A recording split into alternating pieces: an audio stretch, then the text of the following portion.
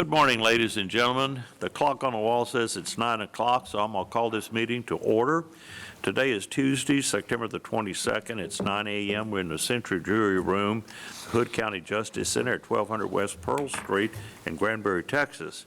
Once again here today, the good Dr. Bill Miller of the Pastor Council has arranged for our speaker, who is today James Long, the president of Gideon's International. I met James Long on a corner when I was campaigning on a hot July day. We happened to be on the same corner, and I reminded James of this morning, and Bill Miller said, well, you needed to be as close to ministers as you possibly can all the time. So without further ado, James Long, thank you, sir. Please pray with me this morning. Our Heavenly Father, I come before you this morning to give you thanks for who you are, for your mercy, your love, and your grace. God, please be with us today as members of this great community of Granbury, Texas, that we are blessed to be a part of. Lord, we thank you that we are Americans and enjoy the freedoms and safety that our countrymen and women have fought to preserve. We pray today that you will provide wisdom, understanding, and courage to our court members, that they will make truthful decisions that benefit each and every member of our community, regardless of individual status or background. God, we pray for our great state of Texas, our nation, our military, and our political leaders. We pray that everyone who comes before this body today, let us be humble, considerate, and may we treat one another as each of us would desire to be treated. Father, when you're through with each of us on this earth, take us home to be with you in heaven. These things we pray in Jesus' name. Amen. Amen. Y'all join me in the Pledge of Allegiance to this great nation. I pledge allegiance to the flag of the United States of America and to the republic for which it stands, one nation under God, indivisible, with liberty and justice for all. Please join me in the Pledge of Allegiance. Honor the Texas flag. I pledge allegiance to thee, Texas, one state, under God, one and indivisible.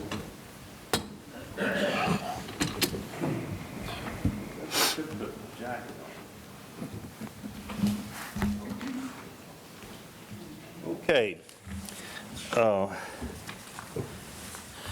Our HR director has told me that today there's no special presentations, and at the service awards is that the two individuals are not here, and that we're going to do it where we can do it at the next commissioners meeting so we can properly recognize them.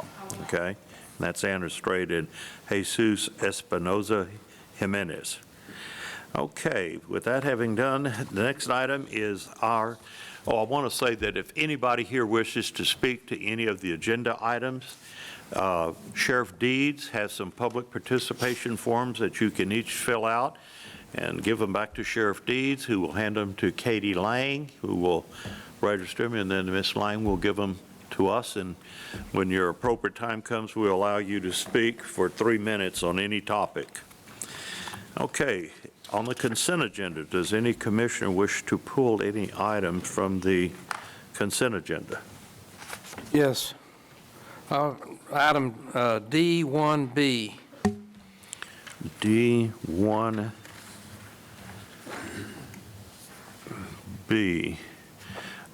Under dedicated accounting line item transfers? D1B? Yes, sir. I just have some questions on that. Okay. All right.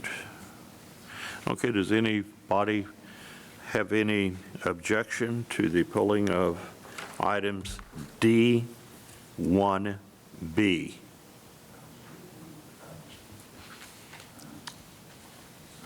You want to make a motion? Do we want to discuss that one now, or do we make the? Yep. Yeah, We can discuss it now if you want. I mean, I just got some questions. Let's discuss it. Let's discuss it. So my question is, and I'm just trying to get some clarification. We've got item D1B1 is you got a $75,000 records management transfer. And I'm a little confused because we've got an increase from prior year fund balance and an increase and archival services, is one of those that 150? I mean, I'm trying to understand, there's two increase. If you look up above, there's an increase and a decrease for everything, so what's that about? Both of these are the 2021 budget. There was an error in the worksheet. Don't know who did it, don't care. But talked to Katie and we got it straight. She needs 100,000 going into archival services, and that's to make this correction. And that's all that is. So there's enough money in there that this is not an issue at all. And the way to make this correction is to move money from prior year. And that's all this was. Okay. And then the second part, this item B2, it's the same thing, but I'm trying to figure out the VF is volunteer fire department, and then you've got down there, somebody's got to budget 30,000 for each 9 volunteer fire departments. That'd be 180,000, right? Well, it's the same deal. I'm looking for a place, instead of borrowing from our fund balance in Fund 10, I went and looked at the revenue that these departments are at right now, and I have Katie's really low for county clerk, so I just increased it by the 14,600, and then I increased the volunteer fire department subsidy by the same amount. So there is no real overall impact on the budget. So the 30,000 times 9 departments, which would, to me, equal 180,000, that's, That's just the overall total, not what's budgeted. yeah, thank you. Thanks for correcting my math. And that's, the judge and I had talked extensively about that, and this is what gets them at 30,000 each for all 9 fire departments. Okay. I just wanted to. Terry, we budgeted it, but we haven't agreed to it yet, though. Is that correct? I think that's going to come to court that's an increase to the, an increase to the fire departments for their subsidy, isn't it? Is it not? Yes. Take that back. 20,000 for Granbury, and Jeff called me, he called the judge, and he wanted to make sure that they all got the same amount. And there was a small stipend that the county gave the fire department, Granbury Fire Department, that they will no longer get. So with that being said, the judge and I talked about making sure they all have the 30,000, and they'll get their equipment, and this is going to be their subsidy. Well, again, though, this is a budget item here, you put it in the budget, but it's my understanding the fire marshal is still going to come to court and ask for permission to increase the He will bring a contract, yes, sir. rate, so, which we haven't done yet. So you need this in place before we do a contract. Yeah, okay. So we're just doing the budget, we're just not agreeing to the $30,000 to the, It's here if you agree to it. yeah, That's what this is. This is a Okay. placeholder. You agree to that, sir. okay. Let me say this, I was at and attended the service that was held for Diana Jones in Crescent last Wednesday. And it was represented by all the fire departments. Fay was there, and J.C. Campbell were there, and a lot of different people were there, the EMCs, Sheriff Deeds. And I was talking to all the firemen down there, and that is such a close-knit community. It's like a family. And they truly love each other and care about each other. And Chief Becker, especially, I was talking to him, is that he says that Hood County is the envy of almost every county in the state of Texas and all over the nation, that we have such hard-working, conscientious, smart, intelligent, trained people that volunteer and give their time for absolutely zero payment. No payment. Nobody is paid in any fire department. And because of that, and after talking to them, and because there was some discrepancy, we had already discussed and voted upon, I think, the increase to give to the 8 other volunteer departments, and it was some discussion about, I wasn't on the bench then, about Granbury not taking it 1 year and then getting less and not getting anything. But I'm going to say this, is that it would be best, in my opinion, from talking to everybody, let's not create any type of situation where somebody is not getting the same thing as the rest of the departments. Well, I tell you, these fire departments will come and help each other. Everybody is a volunteer. It's the firemen that are actually doing the work that want to give them stuff. And like I told Becky, you know, these air packs that came out, these guys do this, risk their lives, run into danger for no pay. The least we can do as citizens here in Hood County is to see that we can give them the best equipment and keep their equipment functioning right, their air packs and their transportation, their fire trucks that we're going to vote refurbishing on it. I mean, to see the tragedy of Diana Jones, who was 63 years old and was out there with hand tools, I mean a shovel, out there, the picture of us, I said, you know, that kind of dedication is something that you can't buy. And I'm, for one, I really want our first responders to really be well-equipped, and let's keep them all together and on the same page. Let's don't create a situation where there can be any jealousy or you got more than I did. Let's keep them the same, because they treat each other the same, and they treat each other as brothers and sisters. So having said that, that's what I'd like to say about that. But other than that, Mr. Eagle, does that satisfy you? I wasn't questioning that, but while we're here, I want to go ahead and clear something else up for the record, and let's just get this done. There was an article in the Hood County News on Saturday, and the last paragraph about the last week's proposed tax rate that we voted on in budget. And the last paragraph of that article stated the Hood County Appraisal District had proposed a property tax rate for the county of .42677 per 100 valuation, but Kidd told commissioners she felt she could lower it. Here's what I want to clear up. The Hood County Appraisal District doesn't propose a tax rate. They calculate a tax rate based on last year's levy and last year's tax rate that was voted on. All they do is calculate a number, and they give it back to us. And you jump in any time, Becky, if I'm misquoting this. So there's an incorrection on that Hood County News article, because the Hood County Appraisal District merely calculates a number and gives it back to us. There was a change in terminology from last year with SB 2 that changed no new revenue rate from effective rate, which was last year.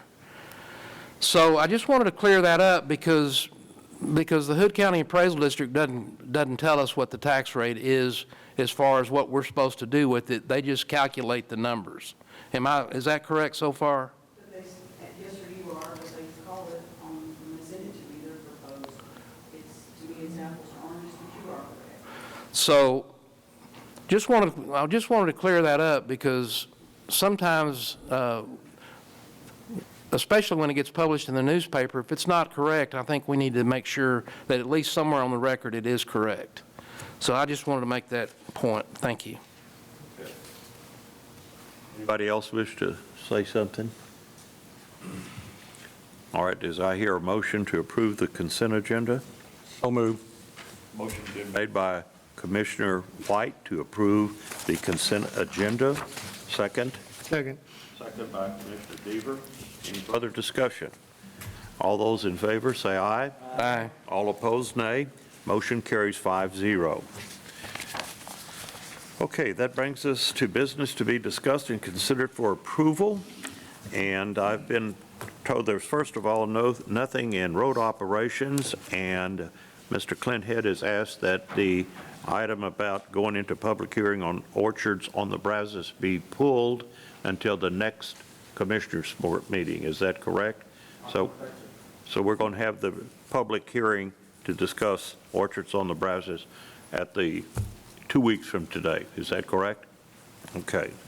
So there's no business to be considered for approval there. So that brings us to financial. Ms. Becky Kidd.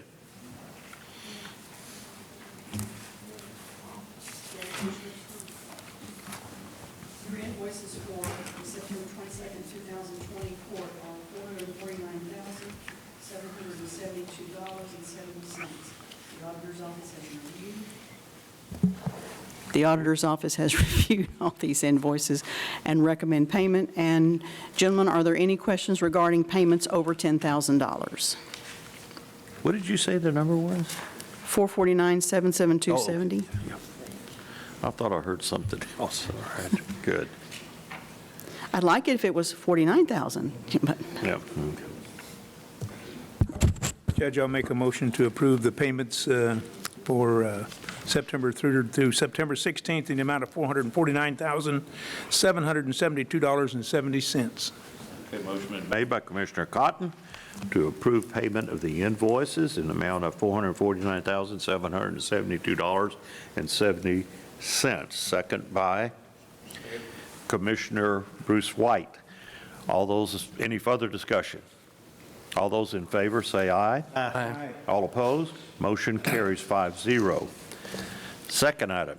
Judge Commissioners, we've received these monthly reports that you have a list of. We have reviewed them. We see no issues with them and recommend you accept them. Becky, it looks like everybody's been doing a good job about getting them in on time. Yes, sir. I'd like to say something. But the county clerk's not on this. And she's going to come and we're going to talk about it. Oh, okay. Okay, so, yes, there is no yes or no on my name. I did turn in my report. Let's see. The missing receipt numbers. Yes. I don't have- We're still working on some missing receipt numbers. Her office and my office, we're working together to try to resolve this, and we're kind of putting some pressure on Tyler to get us some information. Well, actually, it's, yeah, Tyler's, we put a ticket into Tyler September 9th or 8th and have not, we didn't even hear back from them. My office manager was calling, emailing, and everything she could to get a hold of them, and didn't hear back till late last week. So she put together a spreadsheet to kind of track that, to find out, because we have so many receipts, we have thousands of them. So the ones that are missing, she can tag. So it's easier for us to come up with a list of receipts that are missing at the end of the month. So anyway, I just wanted to let you know, I'll know that my office is working on keeping up on this, and, you know, we're working with Tyler, trying to get them to correct this. Their timing is not No, it's not very good, is it? very appropriate here, is it? Okay, Okay, thank all you. right. And again, we're not sure what happened. It could be human error, it could be Tyler error. We don't know. We're still waiting to see what's going on. If they were sequential, one after another, I would say that's a computer error. But being as they're sporadic, we need to just be very careful when we look at these. Okay.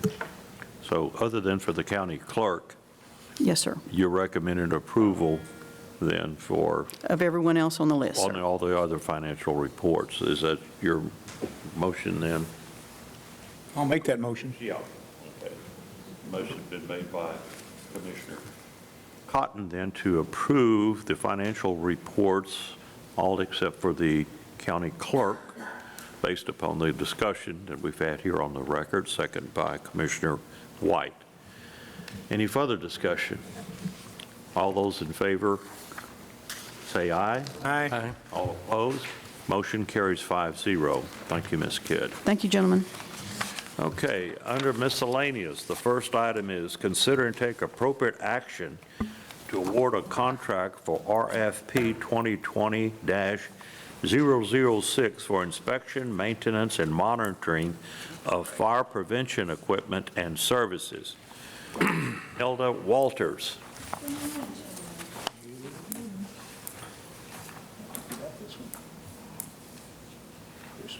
I gave those to you just in case you hadn't had a chance to sufficiently review or brought them today. That's actually the evaluation, the grading, and everything for this RFP. This RFP was issued and published in the Hood County News in July.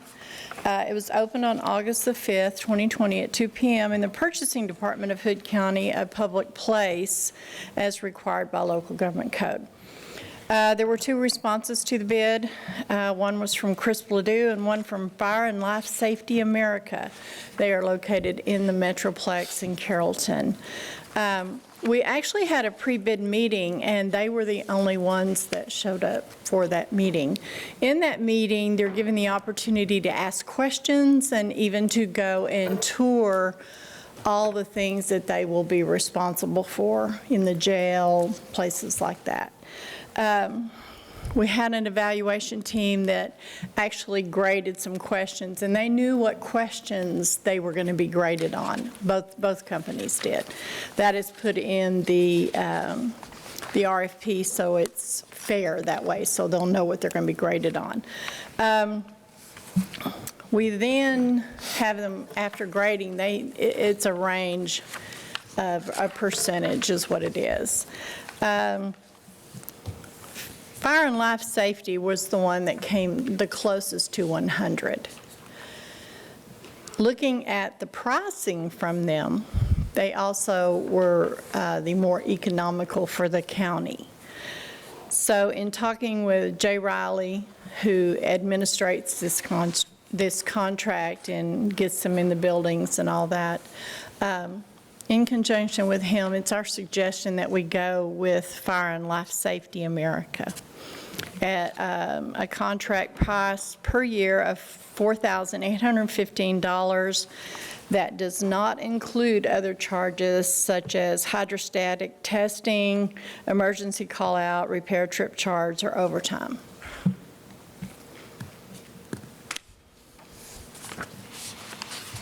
Chris Ledoux does the existing contract. He does. There have some, at times, been some issues with timing and things like that, but Well, yes. if Jay Riley suggests to go that way, I don't know how we can go wrong with that. I agree with that. You like it, Jay? Yes, sir. You don't get up to speak?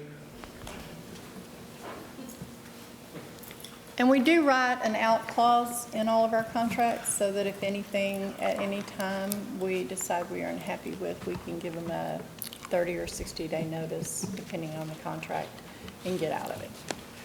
Yeah, due to the economics of it, it's so much better. On the other side, they interviewed very well, and I know a lot of companies do that when they want your business, but they've got some good recommendations. Other folks have not had any problems. Although Chris Ledoux took care of us for years, only issues I had with them was response time, parts. You know, as you can see, I talked with Dee here at the Justice Center, and she was one of the graders because she deals with them a lot. And that's one of her biggest frustrations. And so, I know when they're doing the inspection and everything, you have to follow them around, you kind of know their trails and all that stuff, and she right? does. Yeah. And then I think I had Mark on there as well. And I guess really the biggest turning point is you remember the issue we had at the jail. Yes. And so they were fixing to put another proprietary system in the jail. This way we went back, the entire county uses the same equipment, same control boards, everything's the same. This company we're looking at now, that's what they use, that's what they're familiar with. It's off the shelf, it's made by Honeywell. Parts are available, and it's got nothing to do with the air conditioning for anybody asked. It's fire protection. You're right, it's just fire protection. I did look at their references. Their references are like cities, municipalities, and things like that, all the ones that they gave us, so. They're experienced. They are experienced with government somewhat. Maybe not exactly in the same way they will be the county, but at least with the city. Looks like a good proposal to me. Yeah, this total price on Ledoux is what, 11,346, right? That's Yes. correct. So this is, I'm afraid to do the math on this right now. It's less. 6,000, give or take. Yeah. Questions, yeah. Okay. Well, you haven't let us down yet, Jay. So Don't take a you're deep breath betting now. 1,000. You're betting 1,000 here, so. Yeah, Jay. Okay. All right. Judge, I'll make the motion then to award the contract for RFP 2020-006 for inspection, maintenance, and monitoring of the fire protection equipment and services to, whatever that initial is, FLSA. Okay, do I hear a second? Second. Motion been made by Commissioner Cotton to recommend the contract to Fire and Life Safety American, and second by Commissioner Deaver. Any further discussion? All those in favor say aye. Aye. All opposed? Motion carries 5-0. Thank y'all very much, Ms. Walters and Mr. Riley. Okay, the next item, discuss and take appropriate action to allow Girl Scouts Troop 2330. Get one ahead of that. Number 2. Oh, I didn't mean to leave you out. I see you all the time up here. Jeannie, I'm sorry. I just was anxious to help out the Girl Scouts. I guess that's what the deal is, okay? So the second item is to discuss and take appropriate action regarding environmental health requests to add a $150 reinspection fee to the fee schedule. Ms. Jeannie. Yes, sir. In 2015, the reinspection fee was taken off the fee schedule. I'm not really sure why. The previous one that I could locate was from 2005, and we had a reinspection fee at that time of $75. And I just checked on the neighboring counties to kind of see what their fees, reinspection fees were. Erath County charges half of a permit fee for a reinspection fee, which for them, that's roughly $150, just over. Johnson County charges $200 for a reinspection fee and $100 for a failed inspection. So I kind of picked a 150 number and thought that would be fair. This is to keep the installers and to make sure that they're giving us all of the correct paperwork when we get to the inspection. Explain to the court how you explained to me. You make trips out there back and forth. They don't have all their paperwork done. Your time is involved. Your inspector is involved. So maybe this will persuade them to get it right the first time, correct? Yes. What they submit and the county approves, when we go out there, that's not what we're seeing on certain ones. And I understand if they change the house or whatever, the plans on the house, it changes what they do in the field. And with these small lots, it's very hard to change items. But I would like all of the paperwork to be correct when we get to the final inspection. And that's what we're having problems On the with. average, how many, on average of a bad one, how many times you have to go back and forth out there? Just an estimate, you don't have to be exact. We have probably 30 or 40 right now that they're still not final, and there's people living in the houses because we can't get all the paperwork right. And if I have a way to hold these installers accountable for that, then we'd be able to finish it all up instead of trying to jump through hoops at the end when a house is actually closing. We've had that also. The paperwork was incorrect, but the realtor's trying to sell the house, but I couldn't get the installer to give me the correct paperwork so the realtor could get the paperwork from us. So in order to try to ease the steps, if I can have a tool to hold those installers accountable and make sure when we arrive, if they've changed it, They've already asked and had that designer give them a redesign, and they can present it to us at the site. Instead of us going out, doing the inspection, allow them to cover it up, coming back, and a week later trying to go back and do something that they've already covered up. This is for septic, right? Do what? This is for septic? Yes. This is for to get on the installers, to be able to have something that I can hold them accountable for. So just to be clear for the record, so someone gets a permit for their septic system, what's the fee for that? $410 So the fees for a residential. for residential, and then you go, and that includes going out and approving it? Yes. And so what you're asking us to do is that you go out, they say, come, we're ready to go. You go out there and they're not ready to go. And you're Right. wanting, okay, thank you. Just want to make sure I was clear on that. Are you charging $75 now? No, that was taken out in 2015. Oh. I don't have a fee right now. We're not charging anything. And that was the reason I wanted to at least come up with a fee that we could charge them. But we had it in 2005 and then took it out in 2015. I'm not sure. Maybe they weren't using it. I don't know, that's what it shows. Effective August 1st, 2005, you had a reinspection fee for OSSF at $75. Right, we did in 2005, but when the 2015 one was worked up, there's not a reinspection fee on it. Gotcha, okay. Do you have to go back multiple times a lot, or just? Depending on the person that's doing the installing. There's a couple that it's a continual thing. So You may think- go back the third or fourth trip. So you think this $150 fee will get them to do their job much better? Yes.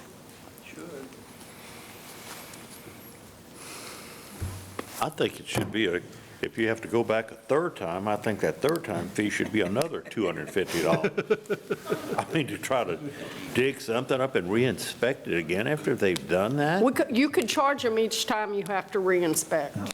That's what I think it needs to be, every time you have That's to. what this does, doesn't it? Yes. Okay, so it's each time you go back and Yes, sir. re-inspect. It would be Inspection each fee. time we had to go So you're back. re-inspecting each time you go out, so. I know in business, when you start getting in, when people start getting in my pocket, I get a lot better. Yes. And this is not for a homeowner. Sometimes when you have a homeowner, you're probably going to go back 2 or 3 times to help them. But that's a little different than someone that is supposed to be a professional. Okay. Any further discussion?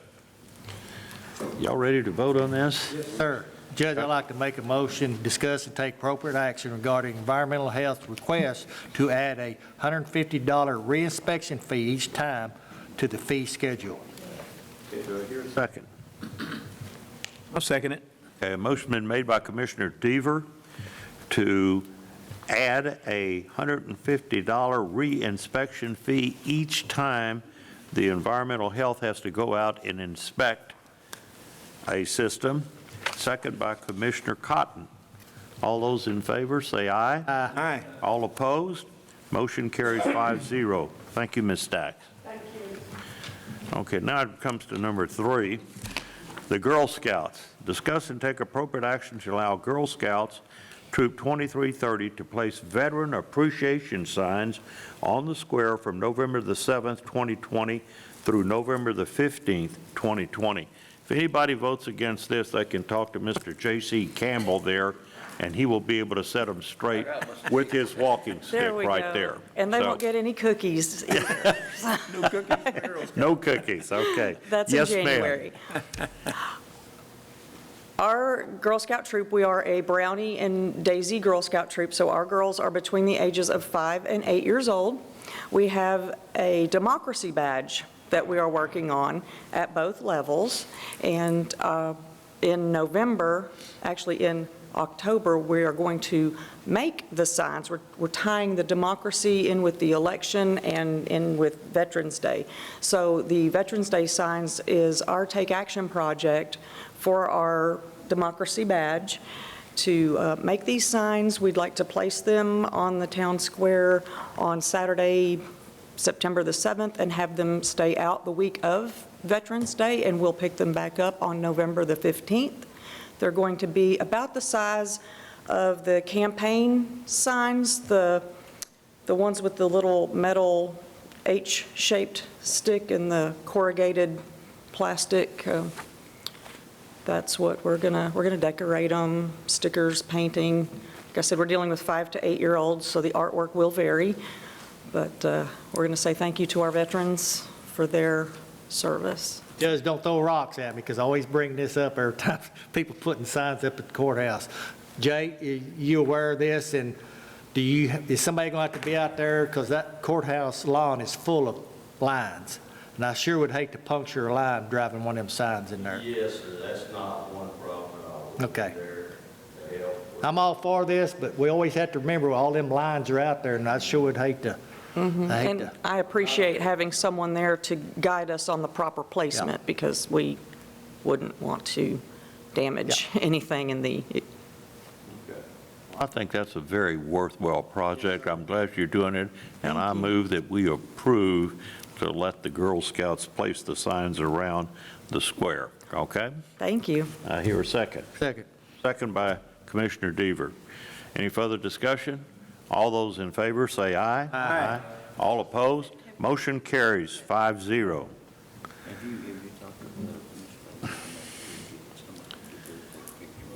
We could- Stick over there, doesn't he? Yeah. Gentlemen first, so that now we can Coming after me. let everybody know we have permission, it's official. Okay. Thank you so much. All right, thank you very much. I think that's a very worthwhile project. Okay. Item, you agree with that, don't you, Mr. Campbell? You got the thumbs up on that. Okay, good deal. Okay, item number 4, discuss and take appropriate action to allow the Hood County Substance Abuse Council to display a sign and red ribbons on and around the courthouse on the square in recognition of Substance Abuse Awareness Month. Good morning. Good morning. I think this is also a good idea. Great. Tell us about it. Our TMAD group, which is our youth coalition, will tie red ribbons around the square on the posts, and then they have a large metal ribbon that sits on the ground with a T-post and a zip tie to just draw attention to Substance Abuse Awareness Month. They have a lot of things they're doing. They're just trying to bring attention to it. So, and we would put them up first part of October and take them down at the end of October. I guess you have your same concern there, don't you? And I'm always worried about the line. We've got new court members, and we go through this every time somebody wants, I'm not against it, we just got to have Jay out there to kind of guide them, or an employee. Jay's got a thumbs up, we're good to go. You're going to be out there and assist them, won't you, Jay? I'm sorry? You will assist them.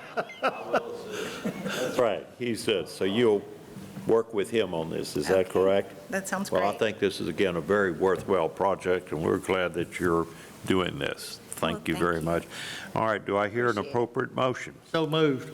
Okay, motion been made by Commissioner Deaver to allow the Hood County Substance Abuse Council to display a sign and red ribbons on or around the courthouse on the square in recognition of Substance Abuse Awareness Month. I hear a second. Second. Second by Commissioner Eagle. All those in favor, say aye. Aye. All opposed. Motion carries 5-0. Thank y'all.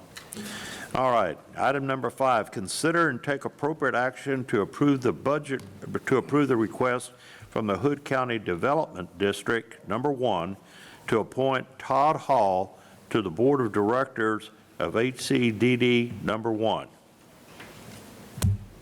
Who's speaking on that? Judge, I'll speak a little bit. All right.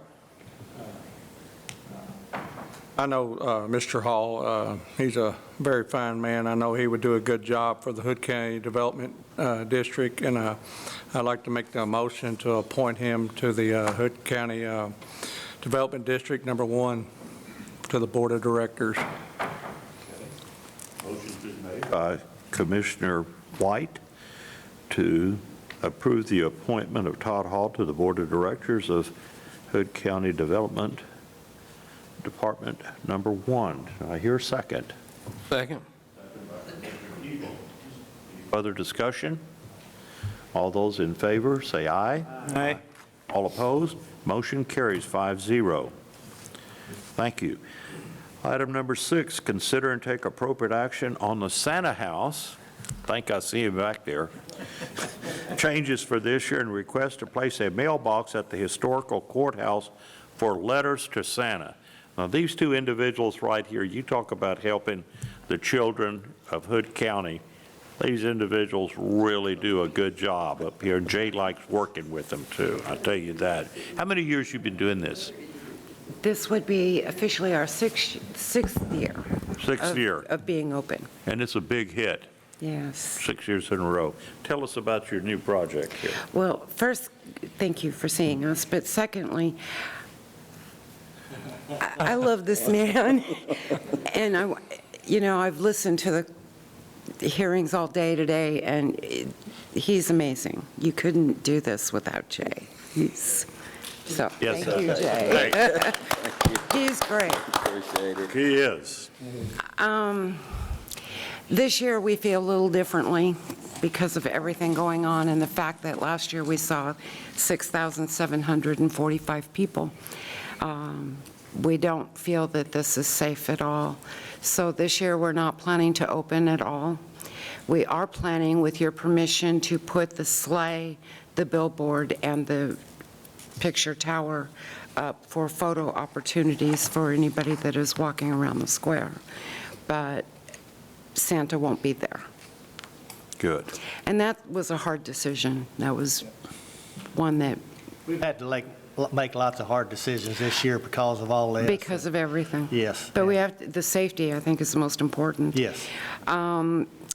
But we did decide that it would be really wonderful if we could promote letter writing to Santa.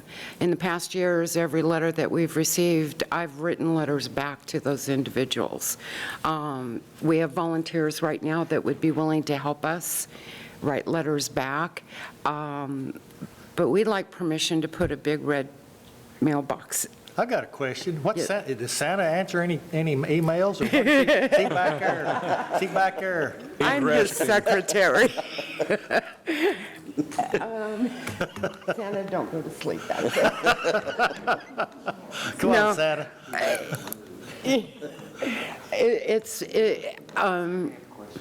Yeah. That part of the business gets to be mine. Santa's job is very tiring and very important. Yes. To sit there with all the children. Yesterday, a friend of ours is also a Mrs. Claus, and she came by, and we were talking about how the Mrs. Clauses kind of take care of the Santas. And They always do. There's more than one Mrs. Claus? do you know, there's a wonderful story that I just read, that Mrs. Claus has a magic closet. Oh. And in her closet, she can go and become skinny, Oh. blonde, brown hair. She can become round, she can be gray. She has a magic closet. But when Santa goes in there, he gets a red and green beard and a tutu. Oh. No wonder Santa's so tired back there.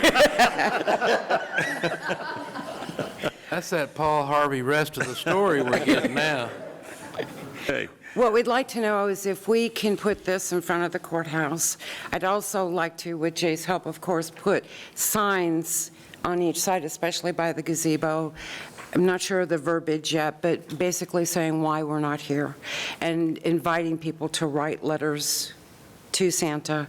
But we'd like to use the courthouse address by saying, Granbury Historic Courthouse, which I think, Basically, it'll say the mailbox for Santa is on the courthouse lawn. perfect. That's, And you know what? Kids will probably write these letters because they have a little skin in the game. They wanting stuff, so they'll be asking for mine. I've already got mine in. Tell them how to write. Yeah, Mr. Kiss back there, yeah, he'll but be you don't want to know donating what list he's bicycles on. this year. Y'all gonna decorate the gazebo? No. No? Okay. That's always pretty neat. It is, and we've talked about that. I mean, we could maybe put the lights and the deer up on top, but putting the walls up, I think invites people to come congregate there together. Well, and to be very disappointed when Yeah. they see it and the door's never open. Yeah. Okay. I mean, we're open to any suggestions here, but Well, I think y'all have done a great job, and with Jay helping, y'all work so well together, and he's going to be in. We'll make it Jay, you got that design in lawn architecture. You got two different signs and Santa coming up there, and I want you to make it look great, too. Architectural Digest, all right? It'll look good. Okay, do I hear a motion? Motion so moved to take appropriate action for Santa House changes for this year and request to place mailbox at Historical Courthouse for letters to Santa. Second. and signs, What? Signs. and signs. I'll second that. Okay. Motion's been made by Commissioner Deaver to allow the Santa House changes for this year in accordance with what we've discussed about with the assistance of Jay Riley, second by Commissioner Cotton. All those in favor, say aye. Aye. All those opposed? Motion carries 5-0. Thank you, and thank you what you do for the children for Hood County. Thank you very again much. for your Thank you. support, all Thank- of you. And thank you, Jay. And We'll thank, try to think of something else you can do before this meeting's over. Judge, he don't have nothing to do. Yeah, yeah, and thank Santa, too. okay. All right. Item number 7, discuss and take appropriate action to authorize the county judge to sign the lease agreement between Wyoming Land and Livestock LLC and Hood County. Sheriff Deeds. Judge, Commissioners, we've had some radio equipment out there on the Diamond A Ranch for a number of years. The property has been sold to new owners, the Eplers, and that is the Wyoming Land and Livestock LLC. So we should have done this before now, but been working with the owners. So what I have before you today is the lease that has been agreed upon, and it has been looked over by the county attorney. It has been looked over? Yes. And the tower's already up, isn't it? Oh, it's been up, yeah. That's what I'm saying. Up a while. No, the story on this tower, we needed another tower on the north end of the county. County really couldn't afford to build a tower at that point in time, so got with, I can't think of the name of the company, but they do wireless internet, and they built the tower and allowed us to have equipment on it, and we had the original lease with the Diamond A Ranch under the McKays.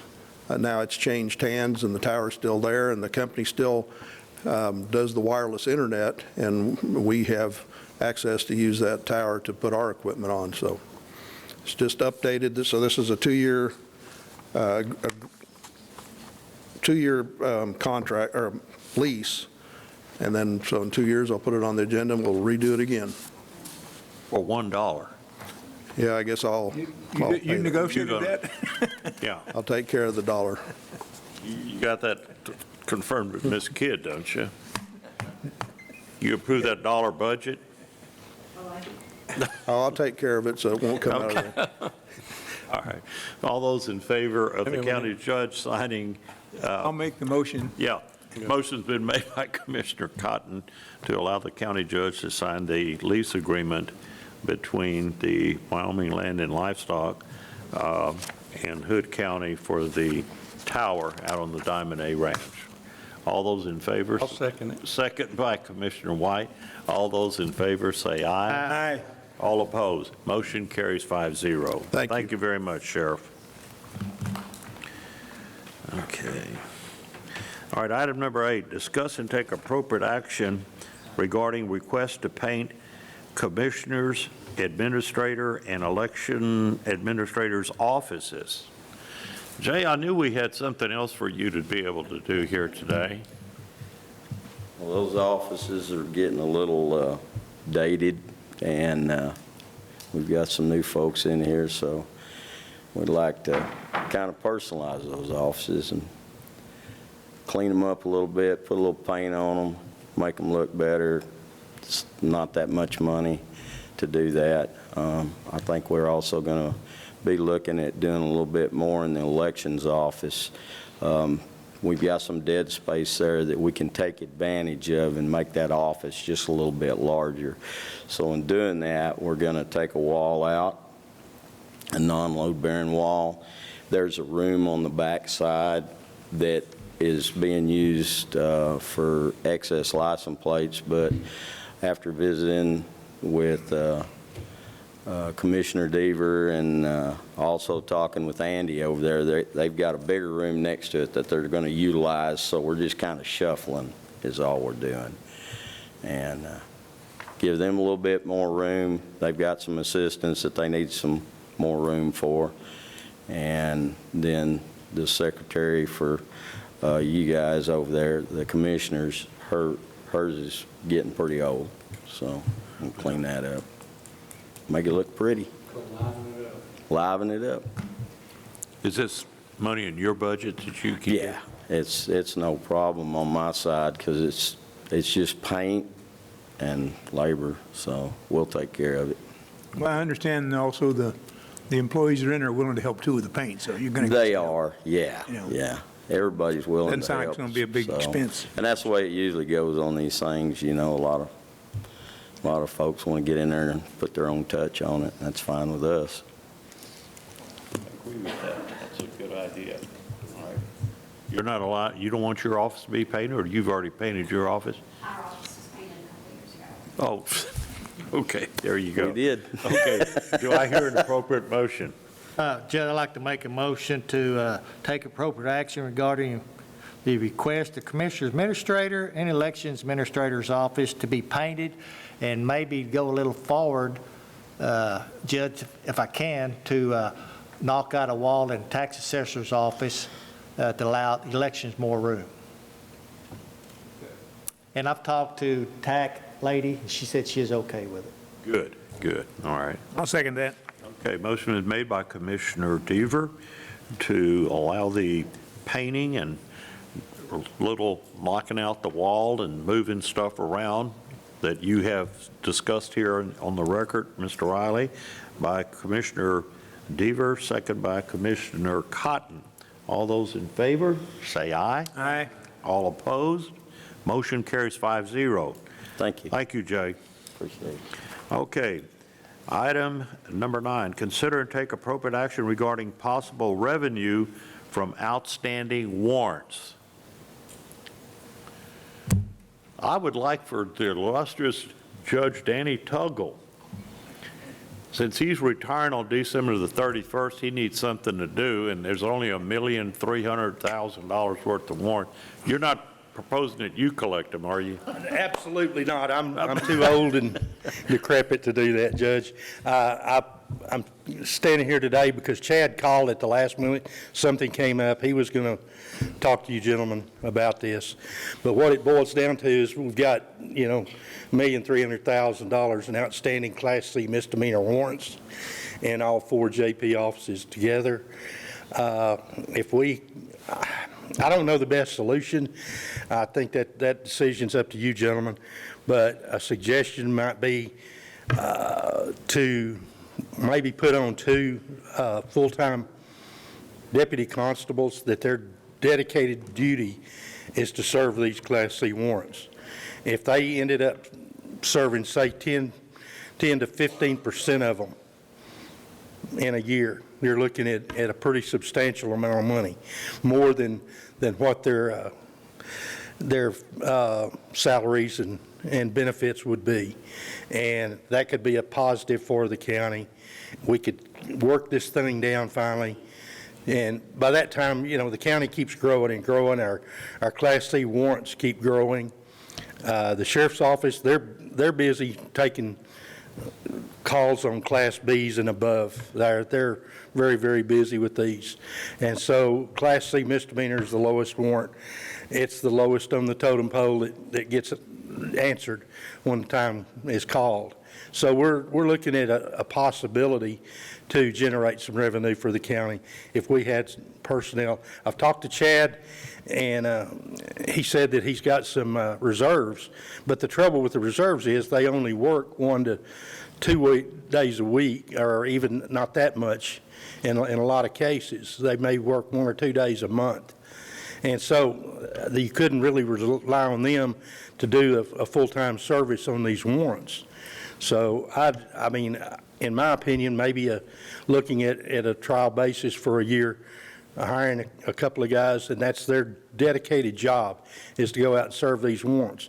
And it's not that we're wanting to put these people in jail. That's the farthest thing from the truth. Our job is to get them in here in our court, answer their case, make a plea. If they've already made a plea, we'll try to set them up on a time payment plan, something along that line. If they can't afford to do that, have them do community service in lieu of that fine, so that we don't have to put them in jail. Occasionally, you're going to have one or two that just, they're incorrigible.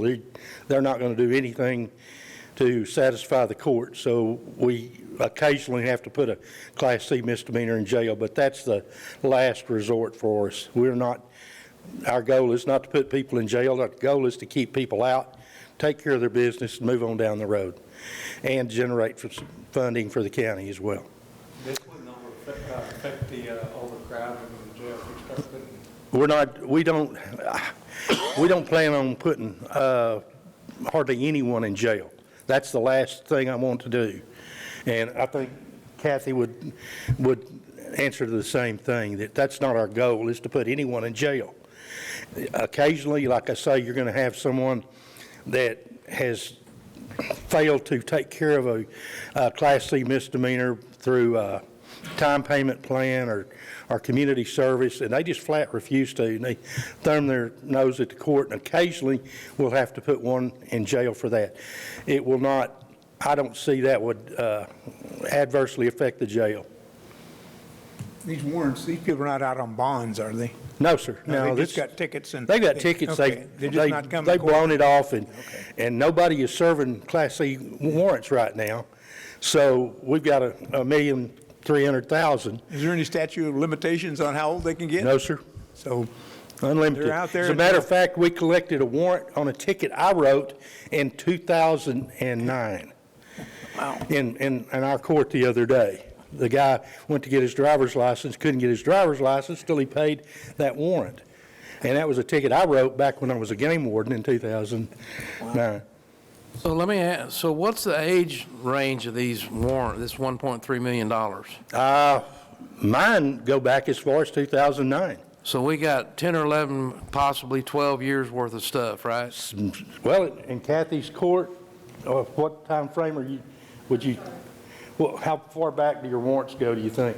Probably 80s, 1980s. So what do you do now? I mean, for instance, if they get pulled over and that warrant sitting there? We ask them for a plea. If they want to take it to court, we set them up for court. But what I'm saying is, if these people if you go back to the 80s, they might not even be here, but. Well, that's true. In some cases. But if they get pulled over for an infraction now, and they've got one of these warrants, does that pop up? I'd have to ask the sheriff on that. Because that's kind of, to me, I mean, I hesitate to start thinking about creating 2 more jobs when, let's take a collections issue like an abstract. You get a judgment and you abstract the judgment. It sits there in the deed records, and it's just a piece of paper sitting there. But if somebody has a piece of real property down the road and try to sell it, that's when the flag goes up, and they're going to have to pay it to sell their property. You may or may not ever see it. But I've done quite a bit of collections work, and I mean, is there not a third-party independent contractor that you can just sell these to? And nope. This is a warrant. This is not on a commission? Yeah, I didn't necessarily work on a commission warrant that I know of. Never heard of it.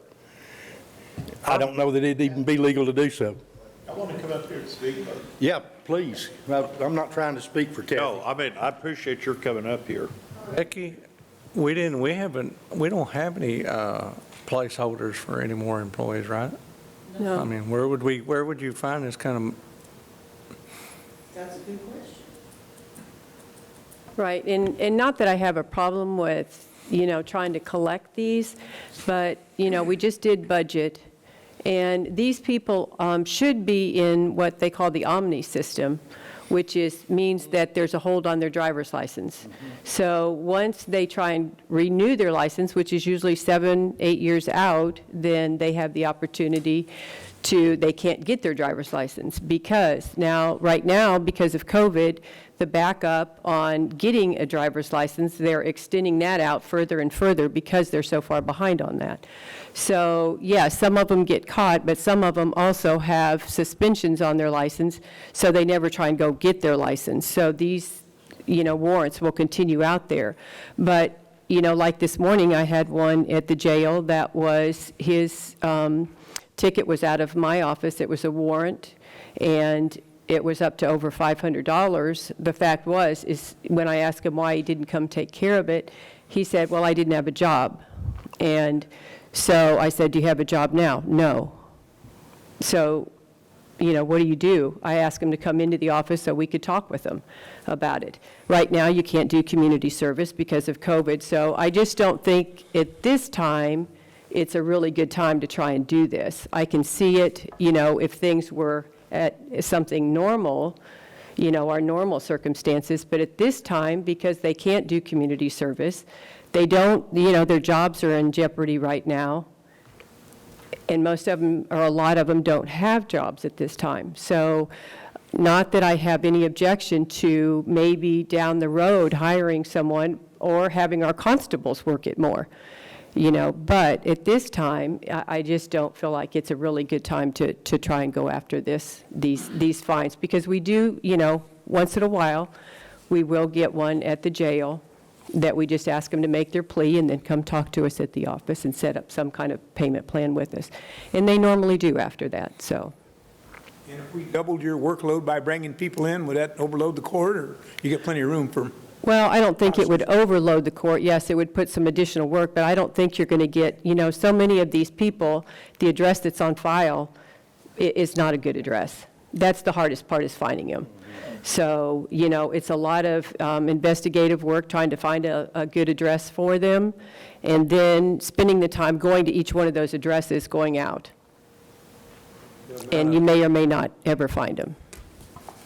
I guess constable want to come up and talk on this also, or you got anything? I just have one thing to address with the judge. The commissioner brought up. I'm sorry, I didn't know. I was hiding. He didn't want to talk. You asked about a third-party vendor. Under state law, warrants can't go to collections until they're 61 days old. Once they become 61 days old, they start adding 30% with these collection agencies that we have. Omni adds a fee of $30 on top of that for their license. One of the sad part is that we're 55 miles from COG, and the North Texas Crime Information Computer System out of Dallas, which is the regional system, that they put Class C warrants in, so if you're on that system, you get hits.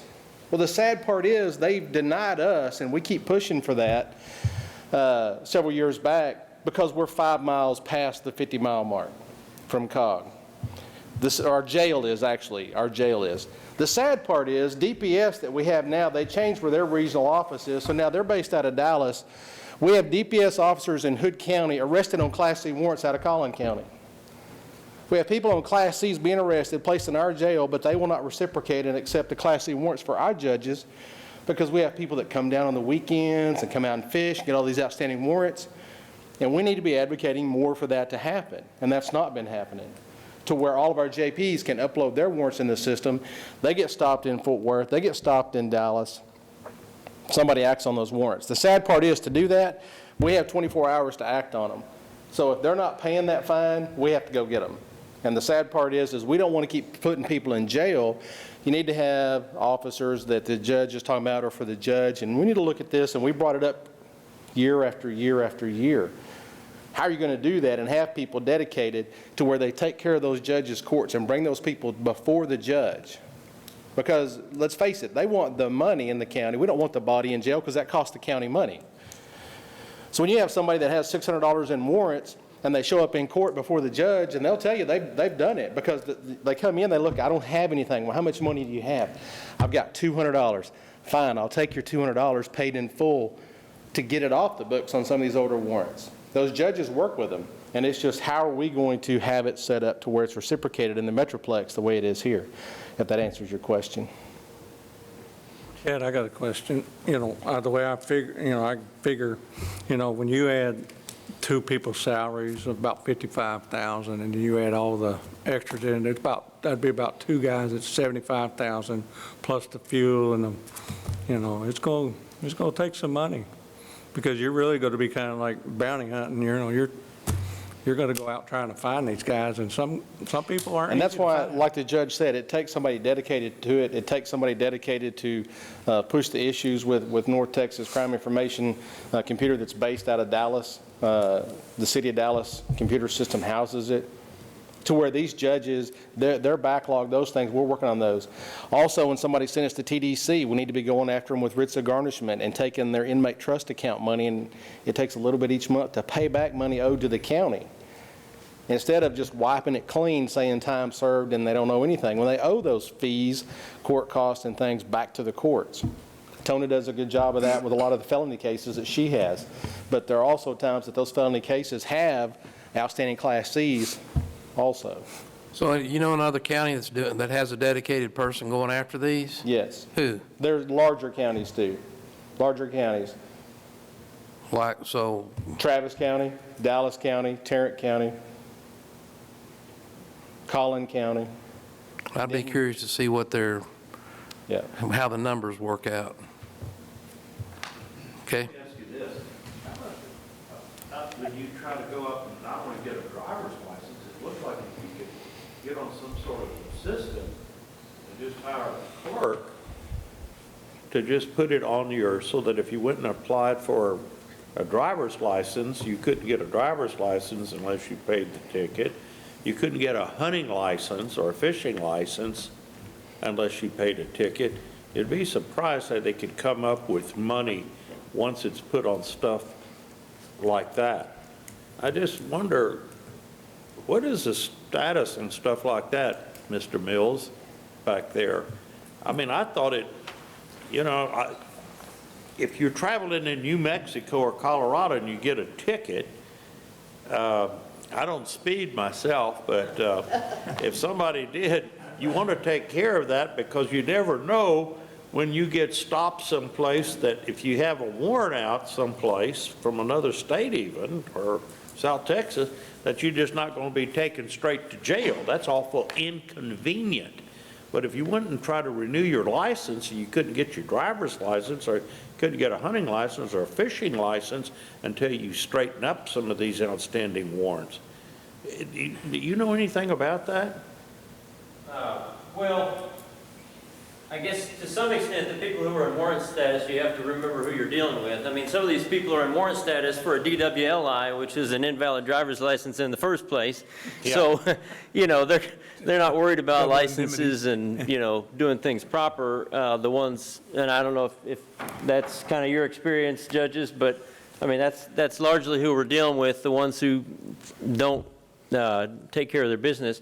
One thing sort of separate to that I was thinking about, our office could maybe help some with the follow-up and the clerical on a couple of things. I mean, we already do, we do library letters, which is basically, you checked out a book and it's been a month, two, whatever, and it's overdue, and we follow up with letters to try to get people to bring the books back, and we threaten fines and stuff. And then we also do hot check collections, which, vendors bring us hot checks and we follow up, and some of those do go to warrant status if they don't take care of their business on a hot check. Now, y'all know that hot checks have gone down because check writing is going down in general. But anyway, what I was thinking on this, we have a system called Clear, which is a software that we pay for that does pretty good with pulling up addresses and phone numbers of people. And I don't know if the JPs have that or not, but potentially if they sent us a spreadsheet every now and then that just said, okay, here's some names, here's the ticket, here's what they owe, we could use our Clear software and either generate a letter to the newest address or even call the cell number. And I don't know, we'd get more than 10%, but we could get some, I would bet. And, if it comes from the county attorney's office, that's going to sound more scary, I guess, for some, because, you know, we could potentially prosecute cases. So that might help. And then we could get, if we can just get people on the line, I mean, like the judge was saying, just finding people is the hard part. Where are they? What's their phone number? You wouldn't believe how many phone numbers change over. I mean, I've had the same cell number for 20 years, but these people don't, you know. But we have pretty good success rate on finding phone numbers and addresses, so. Chad, does that sound to you like something worth a try? You. Chad. Constable Jordan. That Chad. Oh. One of the things that we already do is whenever we get a warrant list from Judge Tuggle, every time they issue warrants, we get copies. We take those warrants as he's talking about, and we go through, and we use AccuRent. Clear costs $125 a month per user. We don't use Clear. We use AccuRent that costs us per usage with a minimum of like $50 a month. So we utilize that to trace people. And we send postcards out to all these people with the last what we can find and phone numbers of tracing these people. But then again, after you send out that letter, it goes back to where's the follow-up come? We end up with warrants that are from the 80s, the 90s, and so on. Why? Because people look at that in the mail, they throw it away until somebody comes knocking on the door. But we're already acting on those things with postcards in the constable's offices. How many reserves do you have? I have 6. 6. Could you try Fixing to go using- down to about 2. Can you try using them reserves to see how? We have one that works continually. He averages 3 days a month. I have one that averages 1 day a month. The sad part is when you're working warrants, you need 2 people together. You need 2 officers at all times when they go knocking on the door on warrants for safety concerns. I get that.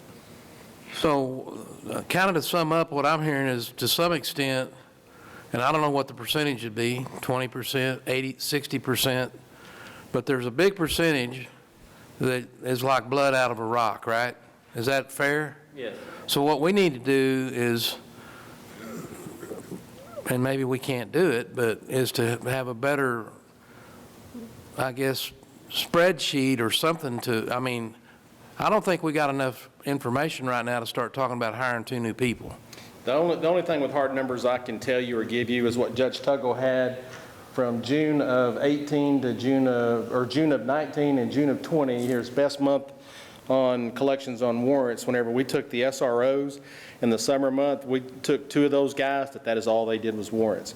And his numbers went up exponentially. And he can tell you that, what that number is, so you have an idea when we look and talk about next year.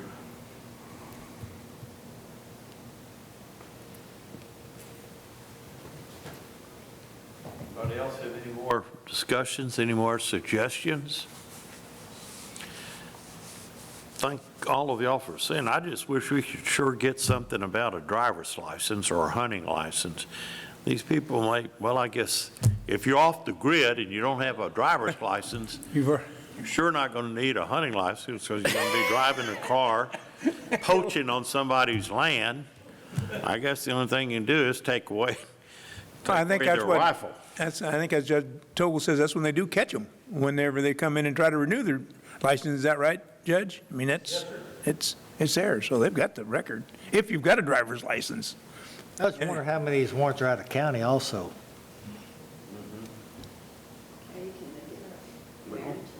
What do y'all want to do? Do y'all want to table this for further discussion or?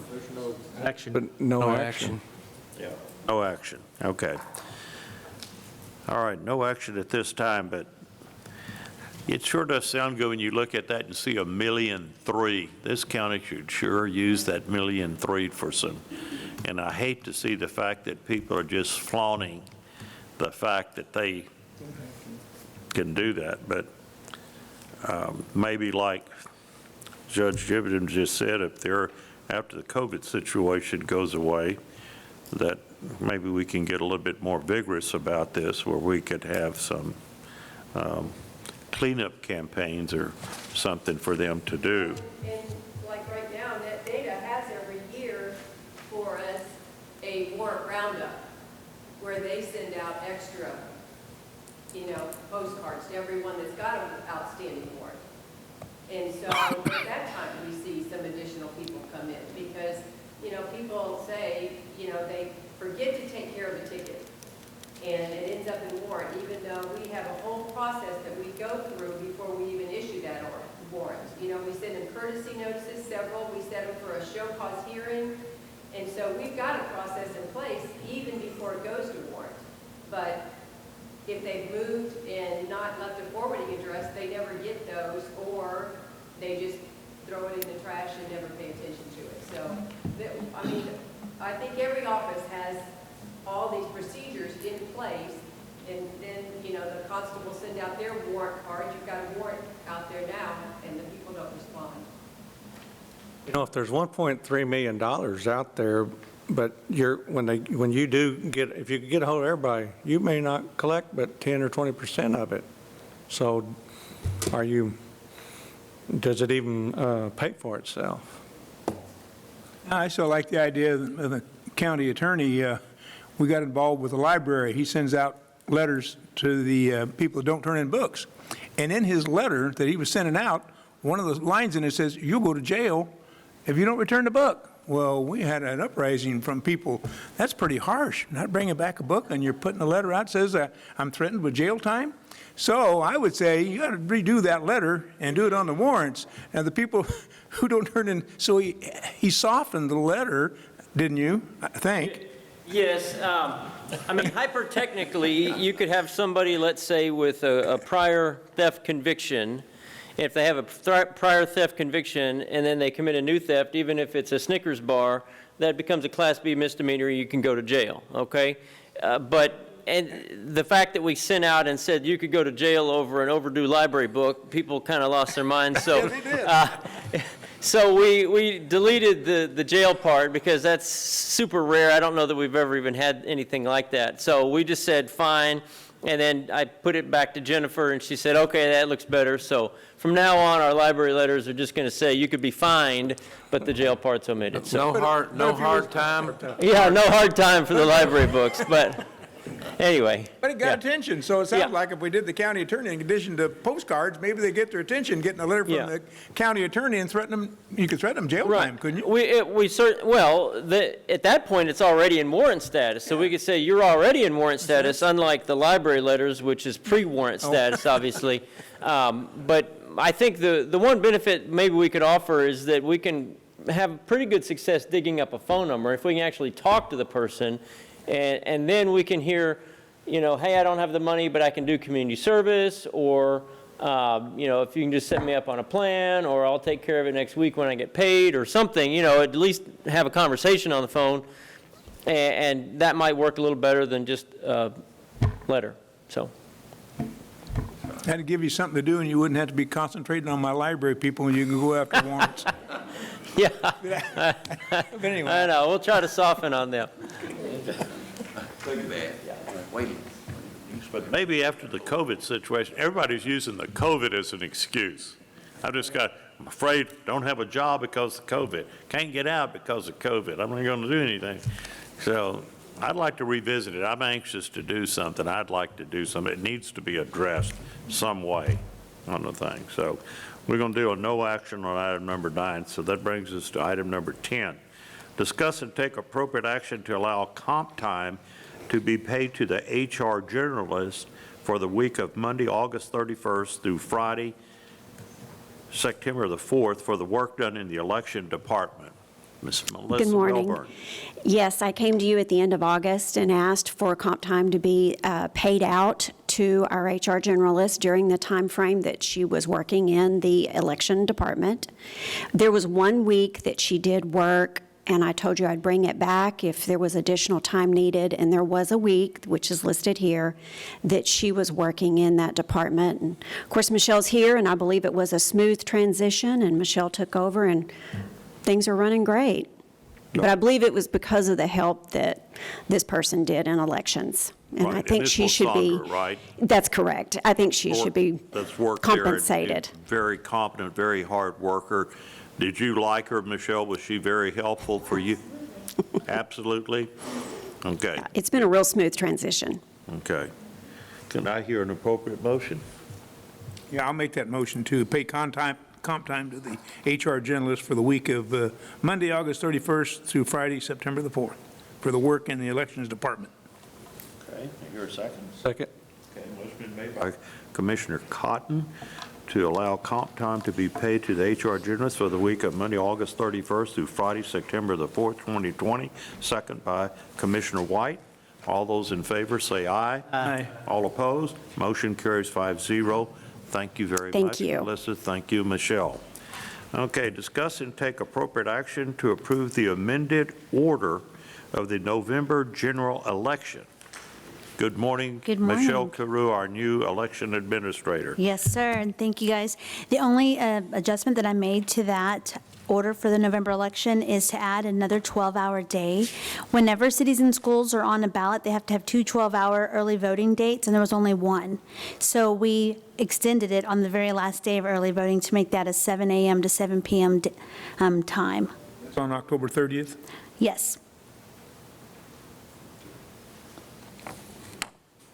Did you do all the translation in Spanish here?